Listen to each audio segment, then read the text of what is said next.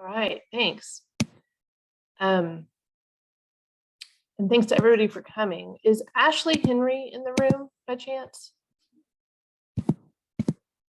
Not that I can see. Well, I hope that she can join us later, but if she doesn't, we'll adapt, no problem. Well, welcome everybody. My name is Angie Scott. I am a developmental pediatrician at UAMS. I work, most of my clinical work is in the Dentist Developmental Center. I do mostly autism assessments. Another hat that I wear is on a grant, which is run through the Arkansas AAP. That is from the CDC. It's a joint funded grant from the CDC and USED, which is the University Centers of Excellence in Disability. And it's a grant to try to bolster and improve early intervention efforts in a variety of ways. So most of what I'm going to talk about today, what Anna had asked me to talk about, is wearing that hat, is talking about the CDC's Learn the Signs Act Early program. But I wanted to broaden it a little bit for an audience of fellow pediatricians and pediatricians to be, I hope, to talk about developmental surveillance, which is what these materials are really designed to help. But I would like to have a conversation, if we could, rather than just a didactic presentation. I'm going to go over some information, but a lot of this I'm hoping to be discussion, and I'm hoping we can take it as a chance to sort of step back and think about developmental surveillance and some of the barriers and how we can sort of do it better. And I had hoped that Ashley Henry, who is one of our family navigators on the state team that grant created, she has been presenting with me, and I think it's so much more powerful to have a parent voice. But because she is a expert parent, she's got 4 kids to run around, I can understand how she might have gotten busy. So I hope that she joins us. I have no relevant financial disclosures. There's me. I have my email address at the end. Please contact me if you have any questions. And this is Ashley and her 4 beautiful children that may be giving her trouble right now that she's may have to get on a little later. So I'm going to talk a little bit about the AAP guidelines for screening and surveillance. I know I may be preaching to the choir about that with this group, but everybody could use a little refresher. And then I want to talk specifically about the Learn the Signs Act early materials, which I believe can really be a help, especially to the surveillance efforts. And largely, I want to talk about the parent-provider relationship, the sort of doctor-patient relationship, specifically in terms of developmental surveillance, and what are some of the barriers to that working well and how we can do better. So I'm sure you all are familiar with the AAP recommendations for developmental screening and surveillance. I've got a few of them here. There's, of course, a robust literature about this. The AAP recommends that pediatricians perform developmental surveillance at every preventative visit throughout childhood. So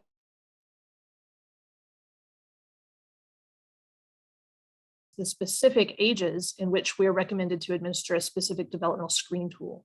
The developmental screening tools are validated evidence-based tools such as the ASQ. They're specific discrete tools that we administer at certain ages, whereas developmental surveillance is checking in on development, and that is more of a continuous process that happens at every visit. Other guidelines that I sort of wanted to point out for our purposes today about what happens if there is a concern raised, either through screening or surveillance. And the AAP specifically recommends that we schedule early return visits, so frequent follow-ups, and also early referrals for children about whom developmental concerns are raised to early childhood programs, early intervention in early childhood. So I know that you all probably all have a copy of this posted in your office. Before I came to developmental fellowship, I did a couple of years in private practice, general peds in North Carolina. So I have a huge amount of respect for primary care physicians and general pediatricians. I was not smart enough to continue to do general peds because I couldn't know everything. And so I had to specialize. And there is just a ton of things, as you all know, that a general pediatrician is supposed to accomplish and talk about at every well child visit. And this is only one small portion of the chart. It's of course the one that I care the most about. But the sort of busyness of this chart, I think, reflects one of the barriers that we're going to talk about, which is time, of course, to get through all of this and to not only do it, but to do it well. So if you look at, this is the excerpt from the Bright Futures periodicity schedule. There are certain ages, certain visits at which you're supposed to, it's recommended to administer a specific developmental screener. So you see those dots here. And then there are specific ages at which we do autism screening, so mostly with an MCHAT, and those are ages here. But look at this developmental surveillance row. Every age, every well child check has a dot. The only ones that don't have a dot here are the ones that have a dot for screening. So at every single well child check, the AAP and Bright Futures are saying that general pediatricians need to be actively thinking about child development. This is sort of how I explain developmental surveillance versus screening to med students and trainees, that the screening is a discrete event with a validated instrument. It's more than us just taking a history. It's using something that has some psychometric oomph to it to be able to catch things that our general developmental history might not catch. When we're just asking about when we're taking a careful developmental history, that's actually part of surveillance and not screening, although sometimes they might happen at the same time. But surveillance is more than just asking about development. Surveillance is every interaction we have with a child, sort of keeping an eye on them. So when a child comes in, they're not there for a well child, maybe they're there with an ear infection, and you notice that they're not speaking very much, then it's appropriate to say, I know he's not feeling very good. Is this normal? Does he have other words at home that he uses, when he's feeling better, and maybe make another appointment to address that. So it's not just the well child checks where we're supposed to be doing surveillance. This long sort of longitudinal watching kids grow up process and sort of watching their progress along the way is, of course, really, parents do this so much better than we do because they're there all the time with their children. And we are only there during the few minutes, either at a well child check or a sick visit, both of which have reasons why that's not the ideal time to ask about development. In a well child check, you're busy doing a ton of other things. And when they're sick, they're sick. So it's not the best time to look at them. So really, this concept of surveillance as continual monitoring, that really has to involve the parents. And it really absolutely depends on a strong parent and provider partnership to be able to get that kind of robust longitudinal information and then to act on it if something needs to be done. So there's the official definition from the AAP. It's an ongoing process at each health supervision visit, but of course, the concept of it is really between as well. Within the AAP guidance on developmental surveillance, there are specific things at each well child check that we are expected to do. Elicit parent concerns, take a developmental history, those seem relatively obvious and straightforward, but also collect behavioral observations, which can be done at sick visits as well. Identify risk and protective factors related to development. So if this child has a medical history that places them at risk for developmental delay, that's definitely something you need to think about within the context of developmental surveillance.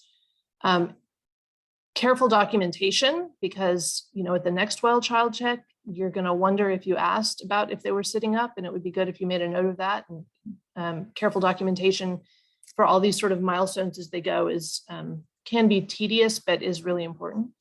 And then specifically for children where there's a concern raised, either by the parent or by the clinician, the AAP recommends that at these well child checks in the developmental surveillance that we communicate with other professionals, which happens sometimes, but I think you can all agree with me that there's really not enough time in the day to call the teacher for every child that we have a well child visit scheduled with that day, right?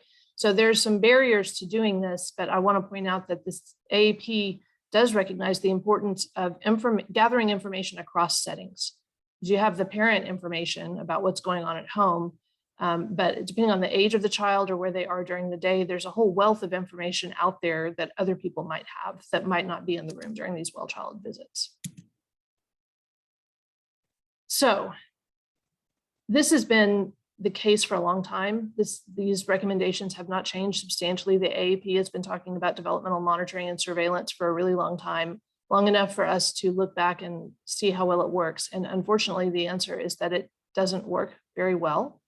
This is just one quote pulled from a lit review about over 700 studies examined specifically with pediatric care providers, and looking at the effectiveness of surveillance, which is, asking and talking about and keeping your eye on, but not using a specific screening tool, versus screening using that validated tool. And we pick up so many more children with the screening tools than we do with our regular developmental surveillance practices. And in response to that data, the CDC has, the AAP has appropriately been really advocating and continues to advocate for incorporation of developmental screening, formal developmental screening into the way your practice runs, into primary care for anyone seeing children. But what I want to talk about today is not why screening is important. But why is surveillance so hard is my question. Why does this other thing, which really seems more like kind of the heart of what we do, why do we have such trouble with this particular part of pediatrics? Why don't we see those kids? So I've already mentioned that just the concept of monitoring over time implies that you have a strong enough relationship with the parent that you have access to the information of what goes on between visits, right? And you may have access to information about, have they been sick lately? Have they, have you been to the ER, things like that. But this kind of information, this more subtle, developmental, longitudinal, slow moving information can be harder to get and requires good communication and maybe some specific communication tools. But without a parent-provider partnership, really all you're left with is your observations for that 10 minutes. And there's really most of the information that we need, of course, comes from the parents. I want to add partner in here as well. And, depending on the age of the kid or depending on the family situation, there are other people in that child's life. And so if there is a way to gather information from a different setting, either a verbal report from the teacher, asking the parents, has the teacher said anything? Have you talked to the teacher? That's sometimes you can at least get that, even if you don't have something written or some formal documentation, or maybe a form that the teacher has sent, a Vanderbilt form or something like that. But I just want to emphasize that in this partnership, there are people who aren't normally in the room at the pediatric visits that really are part of that child's world and have a lot of information about the child's development and can contribute to it. So why is it hard? Here's where I was going to turn to Ashley if she's joined us. And I'm just clicking through, I don't see her. Would you all be willing to unmute yourself and brainstorm about this with me for a minute? I have some ideas about why this is hard, but I bet you do too.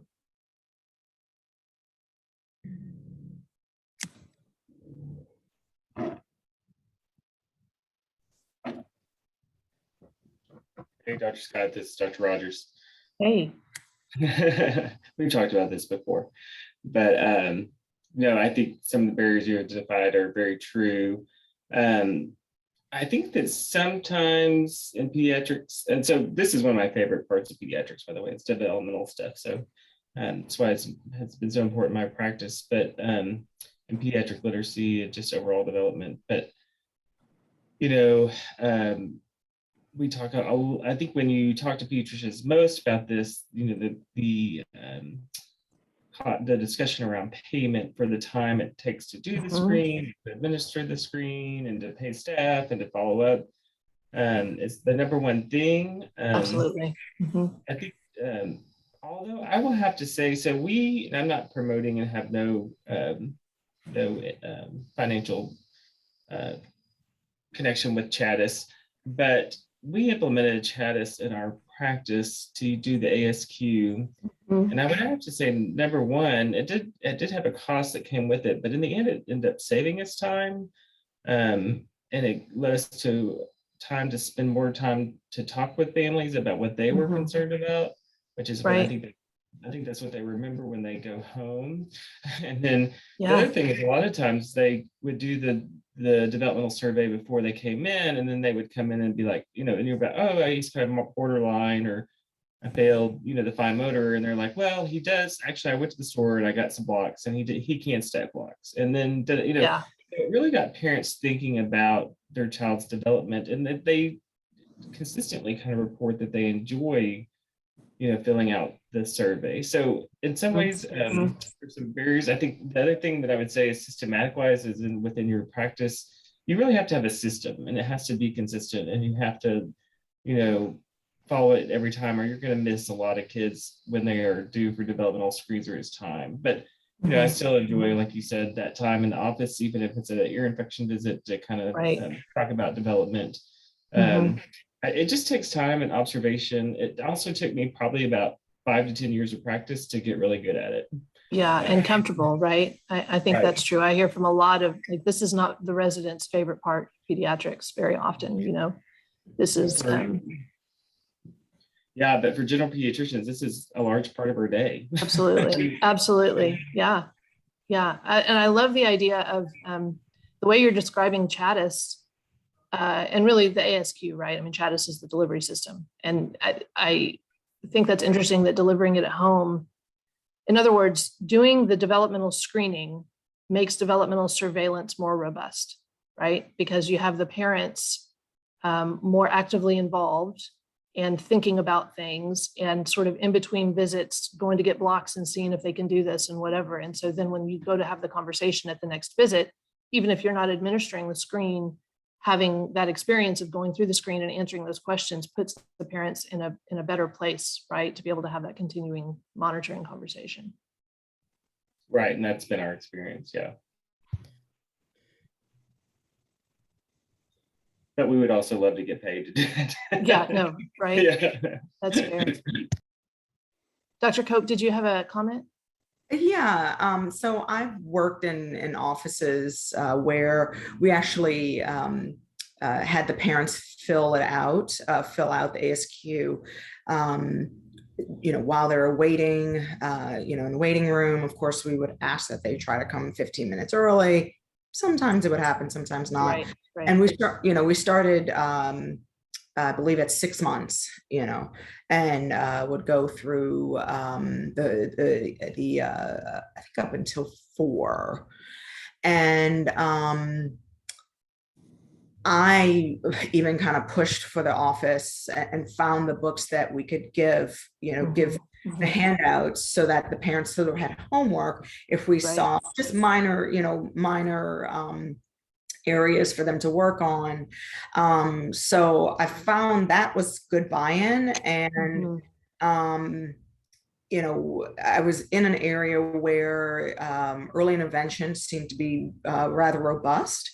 But I've also worked in other areas where, and this is, this is more the rules of the clinic, and this wasn't a private clinic. They were sort of strict of when they did their screenings. They didn't start at 6 months. And, it was obvious that things were being missed. And their idea was one, well, we don't get paid, so why do it? And of course, the viewpoint is, well, we're supposed to be preventative and not, like playing catch up here. And then 2, of course, early intervention is to intervene earlier than not, again, playing catch up. And so, but there again, there couldn't be that buy-in, that. And I think it was more of a case of, well, this is the bare minimum that the Medicaid services in this state require. So that's what we're going to do. So, yeah. And needless to say, it was rather disappointing, because there were parents who sometimes wondered, like, was there more that I could have done? Or no one told me, that this was an issue before. And so, so seeing, and the first practice I was with, it was a privately owned, we were a privately owned group, versus the other one was, I'll just say it was public, but it wasn't an FQHC. So. All right. Yeah. No, I hear you. I mean, there's a variety of ways in which this plays out or doesn't. In real life, right, across. And I think that where you are matters, rural, urban, what part of the country you're in. I mean, a lot of this is everything is user dependent, right? But I love some of the things you guys are saying because it's setting me up really nicely for later on in the talk when we talk about parent buy-in and homework and all that sort of thing. So I want to have more discussion, but just so that we can make sure and have time at the end. So the barriers, there are a lot of barriers to this. Some of them are systemic, some of them are individual, right? Some of them is this is patient number 740, or it feels like it that day, and I'm tired, and I only have 10 minutes and I have to do all this other stuff. And this stuff is hard to talk about, right? I talk to med students and residents about this, and they're, it's easy to come across as judgmental, and it's easy to offend a parent. And I think especially trainees and people right out of training are concerned about that, and they should be concerned about it because you have to be careful. I mean, we're talking about parenting and how does your child play, and if somebody says, well, I work 4 jobs and I do all this, and it's not like you're at home running a little Montessori in your living room, it can be a little bit hard to talk to somebody else about how you should parent your kid, right, and how you should play with your kid and all of that. That's true for all of pediatrics, but I feel like development has definitely has that edge to it. Then, of course, the parents are terrified that there's something really wrong, and that puts them on edge, and the whole thing has this sort of high emotional stakes flavor to it. And it's very easy for this kind of conversation to go sideways. Either that, it turns into something kind of ugly, or more than often, I think it turns into something that's ends up being too vague to be really actionable. And then, of course, the kid may not get what they need. And so a lot of times the parents might come in and say, they're not walking or something pretty straightforward. But a lot of times, even by the time they get to the DDC and we're talking about an autism concern, the concerns that the parents have had all along have been hard to put into words and hard for them to know what to say to convey it. And so then, of course, somebody comes in and says, I just feel like there's something wrong. And that's not a lot for the physician to go on, right? So all to say, these aren't easy conversations. I agree with you, Chad. Obviously, I think we're the same people.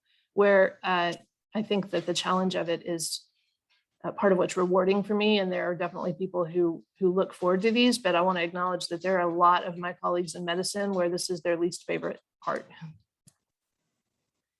And the literature bears that out. Unfortunately, 40% of parents of young children report having had at least one concern about their child's development. But only a third of those parents did not discuss them with the provider. And there, it seems to be across the variables that they looked at, that seems to be a pretty common occurrence that parents with concerns often will not bring them up. The parents who did express concerns were more likely to talk about expressive language. How many words does the child have? Is the child speaking? That seems to be the thing that either the parents notice, or the providers notice, or the parents know how to put into words, or is motivating for the parents, or for whatever reason, that tends to be the delay that brings everything to light, even if there are other delays. But we all know that expressive language it's certainly a common delay, but it's not the only thing that can be delayed. Children whose parents communicated delays were 4 times more likely to be enrolled in early intervention. So you see how crucial it is, just from the literature and sort of statistically, for this conversation to happen. And even if you're asking, or do you have concerns about child development, there are reasons, maybe just be fear of what it could be, and parents might deny having concerns even if they do. So it's important to be aware that this kind of conversation and these kind of concerns are typically underreported. Okay, Dr. so Scott, yeah. hey there is a gray little rectangle on your PowerPoint. Can you move it perhaps? Is it moving around now? No. No. There you go. That moved. That moved? Mm-hmm. Okay, so I have a Zoom thing that has all of your pictures on it. It's like a rectangle, and I'm moving it around my screen. I think that's what it is. Okay, let me minimize that. How about that? Okay, thanks. Is that better? Yeah, thank you. Here, I'm going to put it over UAMS. Y'all know that that's UAMS. Perfect. Looks great. Okay, so that means you have to speak up if you have a comment or a question because I can't see, but that's fair. So into this mess of developmental surveillance, I want to sort of talk about the Learn the Signs Act Early program. And I'm not naive enough to believe that this one program and set of resources will fix everything that we've been talking about, but I do believe that it can help. I am the Arkansas ambassador for the CDC Learn the Signs Act Early program. So the CDC created this program and it's changed over time, and it's evolved a lot with parent input and parent feedback. And as they sort of grew the program and made it more robust, they started doing data collection and felt like that it wasn't, the uptake wasn't as much as they would like. And these are all free materials from the CDC, evidence-based information, et cetera. And so this ambassador program that I'm a part of is basically a grant program from the CDC to help spread the word that these materials exist and are free and are customizable and can be used in a variety of settings. So I feel a little bit like I'm sort of peddling this, but it's a free CDC program.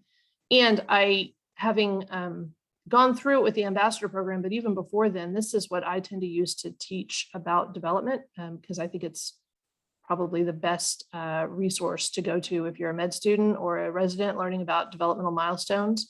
And it has a lot of really good information that can be used in a variety of ways. So I'm going to show you a few things on here just to sort of give you an idea. And then of course you'll have the website and everything you can go and see for yourself. There's more. But then I'd like to go back to sort of a discussion about how these things might be able to be incorporated into our practice and how other things that we can do to get better at developmental surveillance, right? So in my opinion, and this really isn't how the CDC frames it, but when I look at these resources, I think it's really all about the relationship, that these are a set of tools that can help both the parent and the physician enter into that conversation, enter into that partnership in a better place, in a place that's going to result in a stronger, long-term partnership for that kid. There's resources there for parents and providers, and even the stuff that's supposedly made for parents, I think is really nice for providers to look at and learn from as well. There's information about milestones, of course, but there's a lot more about it, this program, than just the milestone charts. So if you go to cdc.gov, Act Early, you'll see a lot of information. And of course, I'm not going to take you through all of this. I know you guys can surf the web on your own.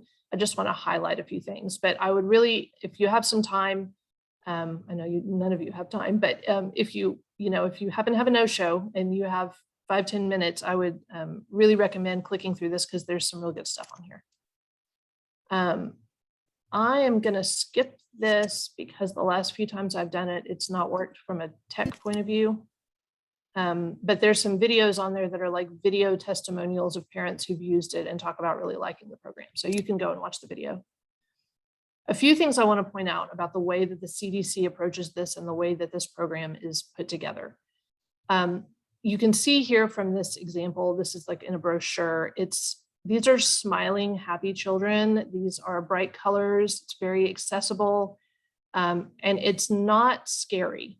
This is more like Chad, when you were saying the parents enjoy the process of filling out the forms and seeing what their kid can do. And then if they read a question about something they don't know and they're going to go get some blocks and try it, it's very much more like a really robust baby book than it is a developmental milestone chart that's really centered around red flags and fear that something might be wrong. So the whole vibe of it is very positive, which I think is important and appropriate for general peds.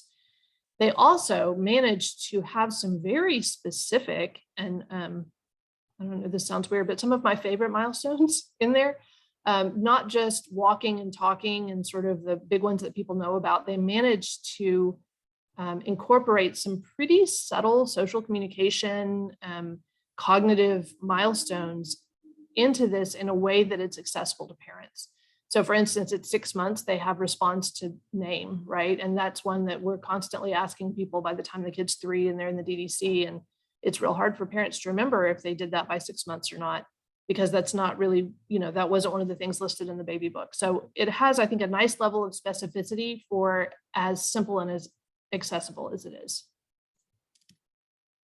This is another, I think this comes in a brochure, but it's also in poster form. These are all free downloads that you can get.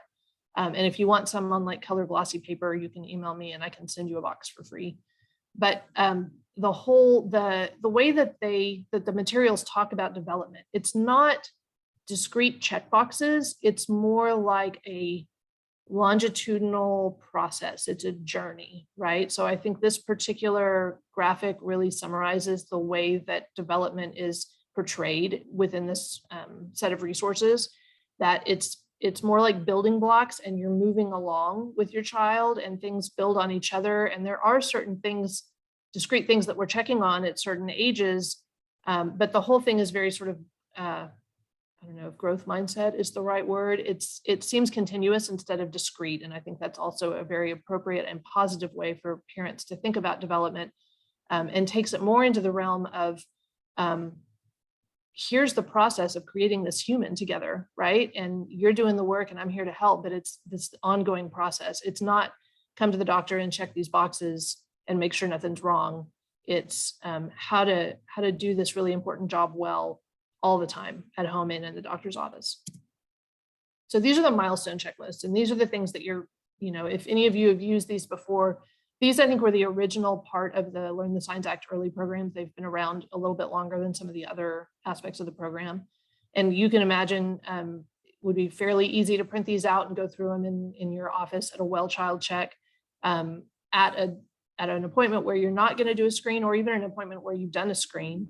And it has the milestones, but it also has in this box here, what I think of as like the red flags, right? So here's some milestones that most children do at this age, what to expect. But if these things aren't happening, then you should be more concerned. What I really like about these handouts is not this page though. This page is that's great, but there are other things that will do that. What I like about it is when you flip it over and it has specific activities, like Dr. Cope was talking about. These are homework. These are things that the parents can do at a developmentally appropriate level at that age for their child in order to move them to the next developmental stage, right? So I think that incorporating these, and it's every bit as much of the handout as the milestones are. So it's how's the kid doing, but what are you doing at home? And it really puts the parent in the driver's seat, that it's not just that, this child isn't just developing in a vacuum, right? Like it's you're the one doing it. You're the one structuring and scaffolding and supporting and doing all that sort of work. And if you can really empower and praise parents for doing that and give them specific things to do to feel like they're doing that well, then not only do the families benefit, but also they're much more involved in the process of developmental monitoring because they see themselves as part of the team in that way and part of the process of their child's development. So you end up with a much more robust conversation the next time they come in. I'm going to go ahead and play this one. This one's pretty short. So this is a milestone that they have listed as points to show someone what he wants. So that's an 18-month milestone on the web page. There's a bunch of milestones listed. And if you are looking at this milestone checklist and you're not sure what that means, point to show someone what he wants, you can click on this video and here's this little boy doing it. And you're like, oh, okay, I understand now. So this is really helpful for parents. But behind the scenes, we can all admit that this is super helpful for clinicians and students as well, because sometimes we forget, it's not like we have all of this completely memorized in our head. We use our resources appropriately.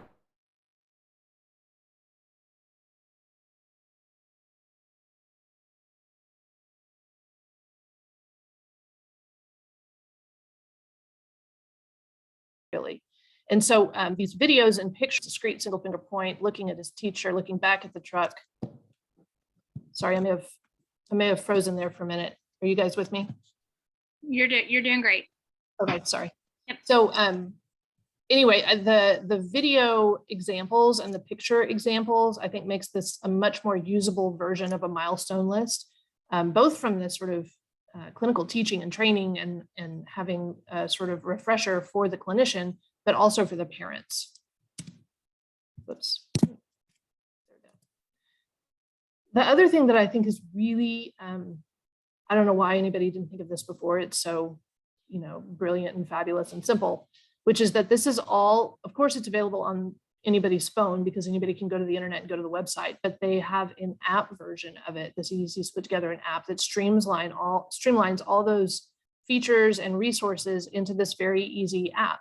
And so it's, when you have a baby and somebody gives you a baby book and then you have to remember to go and write, oh, he took his first steps today. This is sort of that, but on your phone. So wherever you are when that happens, it's really easy to pull that out and put in the date. And then you have this sort of living document that sort of grows up with the kiddo.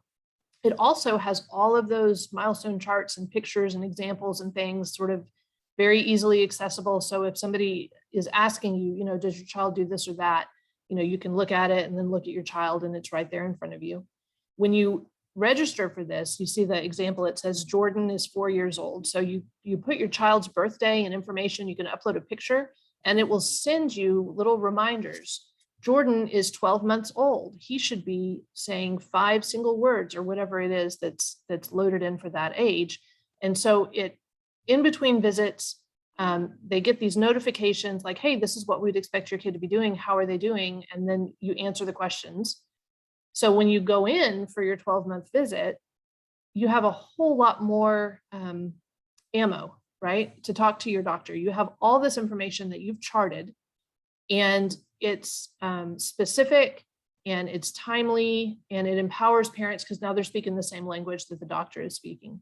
And it's stuff, not just walking and talking, but they can pull out their phone and say, he started responding to the name at 7 months instead of 6, right? Which is a much more robust conversation than we're often end up having. There are not only information about milestones and development, it's really a program about communication. And so there are specific communication skills resources within the CDC Act Early program. So this is a great handout. It's like, if you're running a daycare and you're concerned about a child and you're not sure if the parents are concerned and now you have to have this awkward conversation about, I think you need to talk to your doctor and whatever. So that can be overwhelming for parents. It can be overwhelming for other people in the child's life. And so this really outlines some specific steps that they can take to make that conversation go well and to really empower them and hopefully get that, those numbers that we were looking at earlier about how many parents have a concern, but for whatever reason, don't talk to their doctor. Hopefully resources like this will make it more likely that they're able to. It also addresses the other side of the coin, right? So here is a sheet about specific communication skills to talk to parents about development, right? So we teach communication skills in medical school and in residency and sort of best practice in clinical communication. And there's some specific tips and tricks when talking about development, and the Learn the Signs Act Early program is a resource for you in that way as well. Everyone in a child's life participates in developmental monitoring, whether they are part of the conversation or not. Somebody's got eyes on that kid, and the more information you can gather and the more partnerships you can forge and sort of gather that village that's sharing information, the better look you're going to get at the child, right? So these materials can be used nearly everywhere that a child goes. We talk to WIC, we talk to early childhood, we talk to home visiting programs, et cetera. So it can really be used far outside of the pediatric practice. And those folks, as well as physicians, can empower and support and encourage parents. And those folks, just to remind you, can also refer a child to early intervention services like First Connections. That doesn't require a doctor's referral. However, I always say when I'm giving this talk to different audiences, regardless of whether the referral comes from the doctor or not, having a physician-parent partnership that supports that child is vital and not optional. So if for whatever reason, the parents are going forward with a referral outside of the physician's office, they still need to be encouraged to come and speak to their physician. And sometimes it's a relationship like any other, and sometimes it doesn't work. And, we try not to get our feelings hurt about that, but sometimes families end up going to a different provider I think we can all agree it doesn't really matter where they end up, but it's important that they have a provider that's going to follow them, because this is just the very first step, right? This parent engaged developmental monitoring, this is the very first step. And for some kids, they might go and be evaluated and end up not being delayed, and that's really all there is to it. Or they go and get a little bit of therapy and catch up on a relatively small developmental gap. But then there are other kids for whom this is going to be a lifelong journey, and the parents are going to go through that journey. And the more trust you can build with those parents as their ally in this, going through the whole process, the better you're going to be able to support that family, not just at identification and referral, but all the way, through their experience in raising that child. There's the information for you guys to go and look on your own time. And here's my address, my email address. Please don't hesitate. Part of my job as ambassador is to answer questions about this. Or if you want some free printed materials, we have some of that. Katie Clark and Anna Strong have a bunch of it that comes through this program. So let us know if you're interested in that, and we're happy to pass those around as well. So I'm going to stop sharing.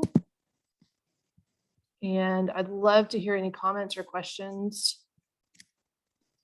And if you want to do questions in the chat box, I can ask those as well. Or if you feel comfortable, you can share your screen or share your monitor.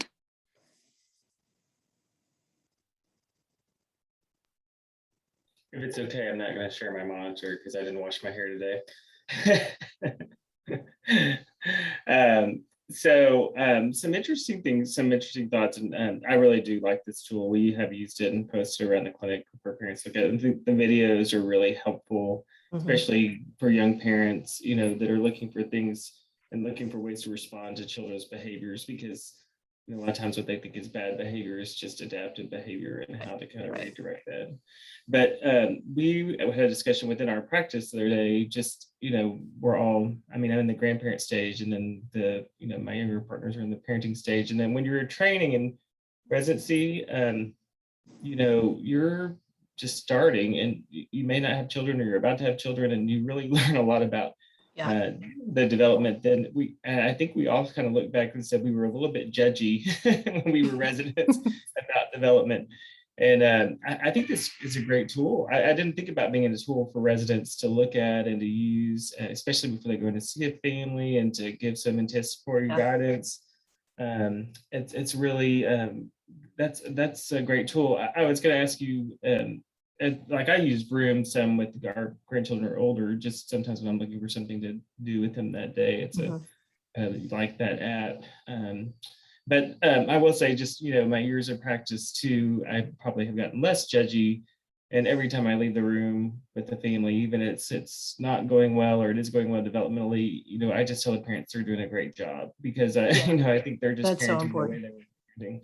And it's real important to empower them. So I thought that was a really good point that you made. But I would be interested in other, I love the CDC resource. I like Broom. If anybody else on the call has things that they like to recommend to parents to do. I will say that we have 50 seconds until the breakout room. Oh, shoot. Maybe we can put it in the chat. Yeah, we'll have to talk later, because I'd love to hear more about that. Anybody else have any questions or comments?